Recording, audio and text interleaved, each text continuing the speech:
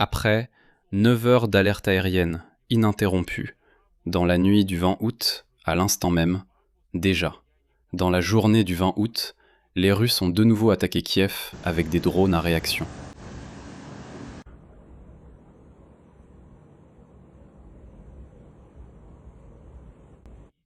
Et maintenant, des informations provenant des canaux de surveillance indiquent que dans la nuit du 21 août, les Russes préparent une nouvelle attaque massive de missiles contre la capitale ukrainienne.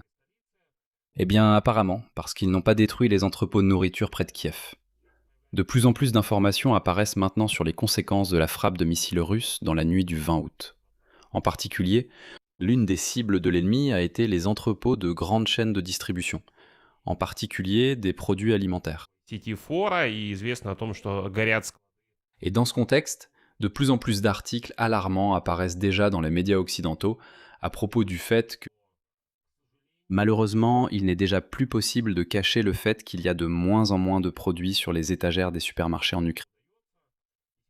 Et aujourd'hui, un article touchant du New York Times est sorti qui décrit justement les paroles d'un témoin oculaire sur ce qui se passe par exemple dans le réseau de supermarchés Silpo à Kiev. Et là-bas, malheureusement, les rayons se vident, parce que les Russes frappent précisément les entrepôts des chaînes de distribution, en premier lieu bien sûr, alimentaires.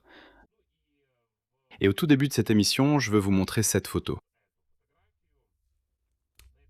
Sur cette photo, vous voyez un entrepôt alimentaire où étaient stockés des pastèques ordinaires. Et cet entrepôt a été frappé cette nuit par un missile russe. Dans ce contexte, comme vous le savez, les autorités ukrainiennes demandent à leurs partenaires d'aider à protéger le ciel ukrainien, de fournir plus de missiles pour la défense antimissile et la défense antiaérienne, mais pour l'instant, cela n'a pas été fait. En revanche, il y a des informations selon lesquelles un avion de reconnaissance de l'OTAN effectue une surveillance constante dans la partie nord-ouest de la Pologne. C'est ce que montrent les données du service Ernao Radar. Et voici, en particulier, l'avion Boeing E-3A. Sentry surveille en permanence pour s'assurer que, Dieu nous en préserve, les missiles russes ne quittent pas le territoire ukrainien et ne se dirigent pas vers la Pologne. Là-bas, ils protègent. Mais ils ne peuvent pas fournir plus de missiles patriotes à l'Ukraine pour empêcher les Russes de brûler les entrepôts de nourriture. Eh bien, on sait que, à la suite d'une nouvelle attaque sur Kiev, un centre d'affaires est actuellement en feu à Kiev. Alors discutons maintenant ensemble les dernières informations. Je m'appelle Alexei. Et avant de commencer, je vous demande, comme d'habitude, de vous abonner à cette chaîne YouTube. Nous approchons des 300 000 abonnés, donc je vous serai reconnaissant pour chaque abonnement. Donc, déjà après 17 heures de Kiev, la Russie a de nouveau attaqué l'Ukraine avec des drones. Des drones Shahed à réaction ont de nouveau survolé Kiev. Et à la suite de cette attaque, un incendie s'est déclaré dans le bâtiment d'un centre d'affaires dans le quartier Golossievski de Kiev. C'est ce qu'a déclaré le maire de Kiev, Vitaly Klitschko. Il a précisé que tous les services d'urgence se dirigent vers le lieu de l'incendie. Et selon l'administration militaire de la ville de Kiev, d'après les premières informations, 2 personnes ont été blessées dans le quartier Golossievski. Les sauveteurs ont également découvert une personne décédée sur place. Je tiens à souligner qu'aujourd'hui, la Russie a mené des frappes aériennes sur Kiev et sa région toute la nuit. Suite à l'attaque ennemie dans la nuit du 20 août, 15 personnes ont perdu la vie. Encore, 39 personnes ont été blessées et 12 personnes ont pu être sauvées. Et dans la journée, l'attaque ennemie se poursuit. Depuis 9 heures du matin, l'alerte aérienne a déjà retenti 4 fois à Kiev. Et malheureusement, des informations provenant des canaux de surveillance indiquent que dans la nuit du 21 août, les Russes tenteront très probablement de répéter leur attaque aérienne. Cette fois, encore en utilisant des missiles balistiques et de croisière. Aujourd'hui, dans la journée, ils continuent de frapper avec des drones à réaction. De plus, le ministère de l'Intérieur a indiqué que la police de Kiev continue d'enregistrer les conséquences de l'attaque combinée ennemie contre Kiev. Près des lieux d'impact, à Darnitsky, des postes de police mobiles sont en service dans les districts de Sviatochin et Solomiansky. À l'heure actuelle, plus de 300 déclarations concernant des dommages matériels ont été enregistrées dans la ville. Et, dans le contexte de l'attaque nocturne russe, de plus en plus d'informations apparaissent sur les personnes et les sites visés par les Russes. Je tiens à souligner que le ministère de la Défense de la Fédération de Russie non lavé a déclaré qu'ils auraient soi-disant frappé des sites de production de drones et de missiles Flamingo. Mais en réalité, ce n'est pas le cas. Je souligne que l'attaque massive des Russes a commencé vers minuit. D'abord, les Russes ont lancé des missiles balistiques sur la région de Kiev, puis des missiles de croisière, des munitions banderoles et des drones ont été envoyés. En particulier, selon le rapport des forces aériennes, les Russes ont utilisé pour l'attaque des missiles balistiques Onyx, Tsirkon, Iskander-M, S-400, 36 missiles de croisière KH-101, Iskander et KH-59, 8 missiles de croisière calibre, 2 munitions banderoles et 168 Shahed, et environ la moitié d'entre eux étaient à réaction. Et dans la journée, ils ont continué à frapper Kiev avec ces Shahed à réaction, ce qui a provoqué l'incendie du centre d'affaires. Et maintenant, on apprend qu'ils ont frappé des entrepôts. En particulier, la chaîne de supermarchés Fora a annoncé qu'une frappe a touché leur entrepôt à Martousovka, dans la région de Kiev, où étaient stockés des produits frais. Et l'entreprise n'a commencé à utiliser cet entrepôt que la semaine dernière, après la précédente attaque de la Russie contre l'infrastructure logistique de Fora. Et le service de presse de l'entreprise a déclaré, je cite, « Aujourd'hui, nous réorganisons à nouveau les itinéraires et cherchons des solutions pour que vos produits préférés restent toujours à portée de main. » De plus, à la suite du bombardement nocturne, le réseau de magasins de la marque française de cosmétiques Yves Rocher a également été touché lors de l'attaque des troupes russes. La société a indiqué qu'à la suite de cette frappe massive, un entrepôt où sont stockés des produits cosmétiques pour femmes a été endommagé. C'est ce qui a été visé. Dans ce contexte, la société a temporairement suspendu la prise de commande en ligne et les travaux de réparation se poursuivent. De plus, la société Feini Liodi, ceux qui fabriquent des glaces, a annoncé qu'à la suite de la frappe nocturne russe, un entrepôt de distribution a été détruit. À Kiev, qui approvisionnait pas moins de 13 villes, des tonnes de glace, du matériel et des véhicules ont été détruits. Et la société a assuré qu'elle travaille déjà sur des solutions alternatives pour la livraison, le stockage et la logistique. De plus, la frappe des Russes visait également le dépôt de carburant Clos dans le district de Brovary, dans la région de Kiev. Sur la vidéo publiée par la société, on peut voir que des réservoirs de carburant ont été détruits à la suite de l'attaque. De plus, le réseau de supermarchés Varus a indiqué que les Russes avaient attaqué un entrepôt à Borispil, où se trouvait une partie des stocks de marchandises. L'évaluation des conséquences est déjà en cours, mais encore une fois, il s'agit d'une autre cible, un entrepôt de produits alimentaires. Il est donc évident que les Russes frappent délibérément les entrepôts où sont stockés les produits, afin que, à Kiev, les supermarchés se retrouvent vides.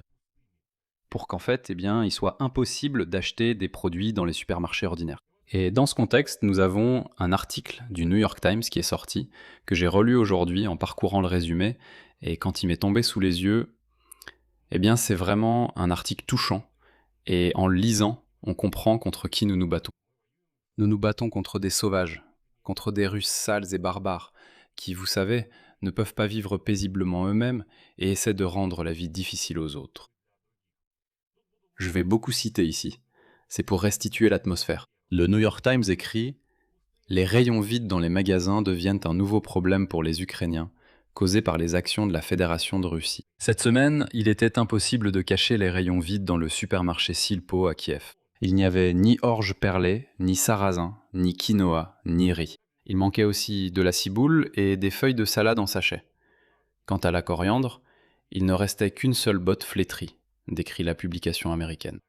Les habitants de la capitale ont été confrontés à une pénurie d'un large éventail de produits alimentaires de base. Cela s'est produit à cause des frappes de missiles balistiques russes sur des centres de distribution essentiels.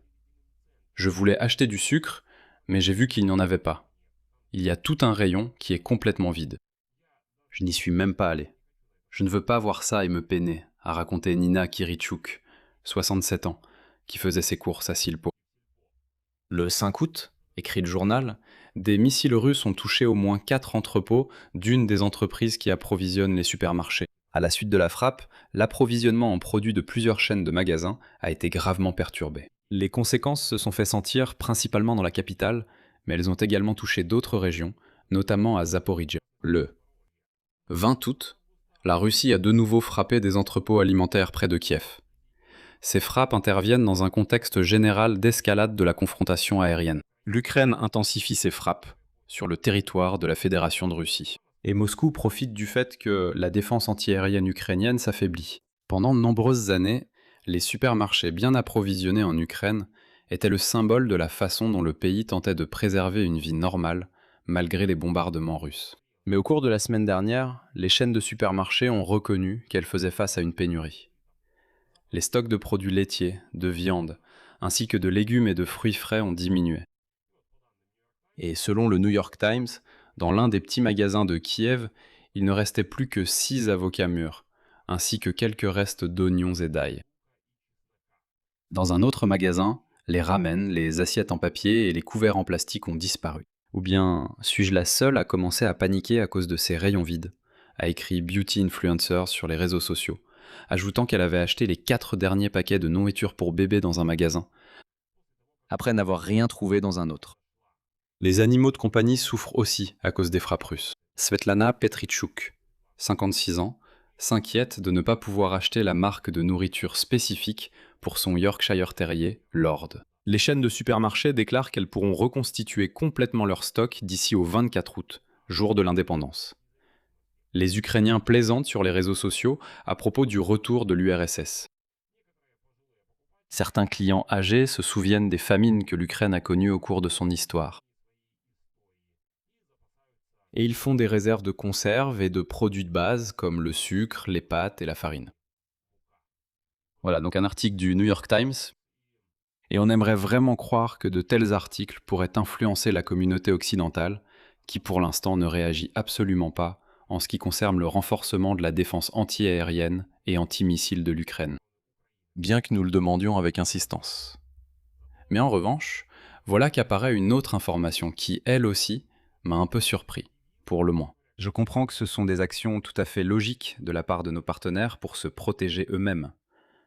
Mais j'aimerais que les partenaires aident à fermer le ciel ukrainien. En particulier, une information est apparue selon laquelle un avion de reconnaissance de l'OTAN mène une surveillance dans la partie nord-ouest de la Pologne. C'est ce que montrent les données du service Ernao Radar. Mais il ne s'agit pas d'un seul avion. Selon les données du service, le Boeing I-3A Sentry a décollé aujourd'hui à 8h30 de la base aérienne de Geilenkirchen en Allemagne. Il a effectué plusieurs cercles entre les villes polonaises de Gdańsk et Bydgoszcz. Selon les données du service, un avion de reconnaissance américain Gulfstream UA-37B se dirige également vers la même zone.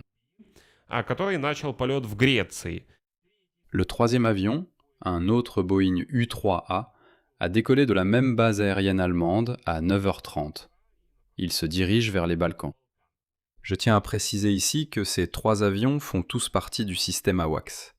Ils constituent un poste aérien de surveillance radar et de commandement. La mission principale de ces avions est de détecter, d'identifier et de suivre des cibles aériennes. Il transmet également les informations recueillies au centre de commandement de l'OTAN, aux chasseurs ou aux plateformes terrestres. Et une partie remarquable de l'avion est ce fameux radar qui tourne au-dessus du fuselage. Un tel radar peut détecter des cibles en mouvement à très basse altitude. J'aimerais croire que tous ces avions aident le système de défense aérienne ukrainien à détecter toutes les cibles russes qui volent vers l'Ukraine. Mais le problème, c'est que comme il n'y a pas de missiles patriotes, même si des missiles balistiques sont détectés, il n'y a tout simplement rien pour les intercepter. Et c'est vraiment un problème, surtout que la Russie, comme vous le voyez, essaie de anéantir précisément ses entrepôts alimentaires afin de, apparemment, à Kiev, les supermarchés étaient vides. Cela créait la panique. Et je ne sais pas, pour que la société fasse pression sur les autorités, peut-être dans le but d'obtenir une capitulation. C'est-à-dire que, dans l'une des émissions précédentes, j'ai justement dit que Poutine jouait le tout pour le tout. Il comprend que lui-même ne pourra pas supporter la guerre encore longtemps, que son économie ne tiendra pas encore 1 an, 2 ou 3 de guerre. 1 an peut-être, mais pas plus. C'est pourquoi il essaie de tout miser, de frapper partout où il peut. Il se moque complètement des lois de la guerre, même s'il ne les a jamais respectées.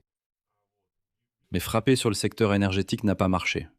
Frapper les centrales thermiques les hivers précédents n'a pas marché non plus. Maintenant, il a commencé à frapper objectivement sur l'alimentation, c'est-à-dire sur les produits alimentaires. Encore une fois, j'ai montré au début de l'émission une photo qui me brise tout simplement le cœur. C'est un entrepôt où étaient stockés des pastèques. Des pastèques. Qu'est-ce que c'est ? Est-ce que cela menace la Russie? Et voilà les entrepôts que la Russie frappe maintenant avec ses missiles. C'est pourquoi, les amis, il est très probable qu'une nouvelle attaque massive ait lieu dans la nuit du 21 août. C'est pourquoi il est impératif de vous rendre à l'abri et de ne pas ignorer les alertes aériennes. Je vais m'arrêter ici. Abonnez-vous à la chaîne, partagez votre avis dans les commentaires et cliquez sur la cloche pour ne pas manquer la sortie de nouvelles vidéos sur cette chaîne YouTube. C'est tout pour aujourd'hui. Prenez bien soin de vous. À bientôt à tous.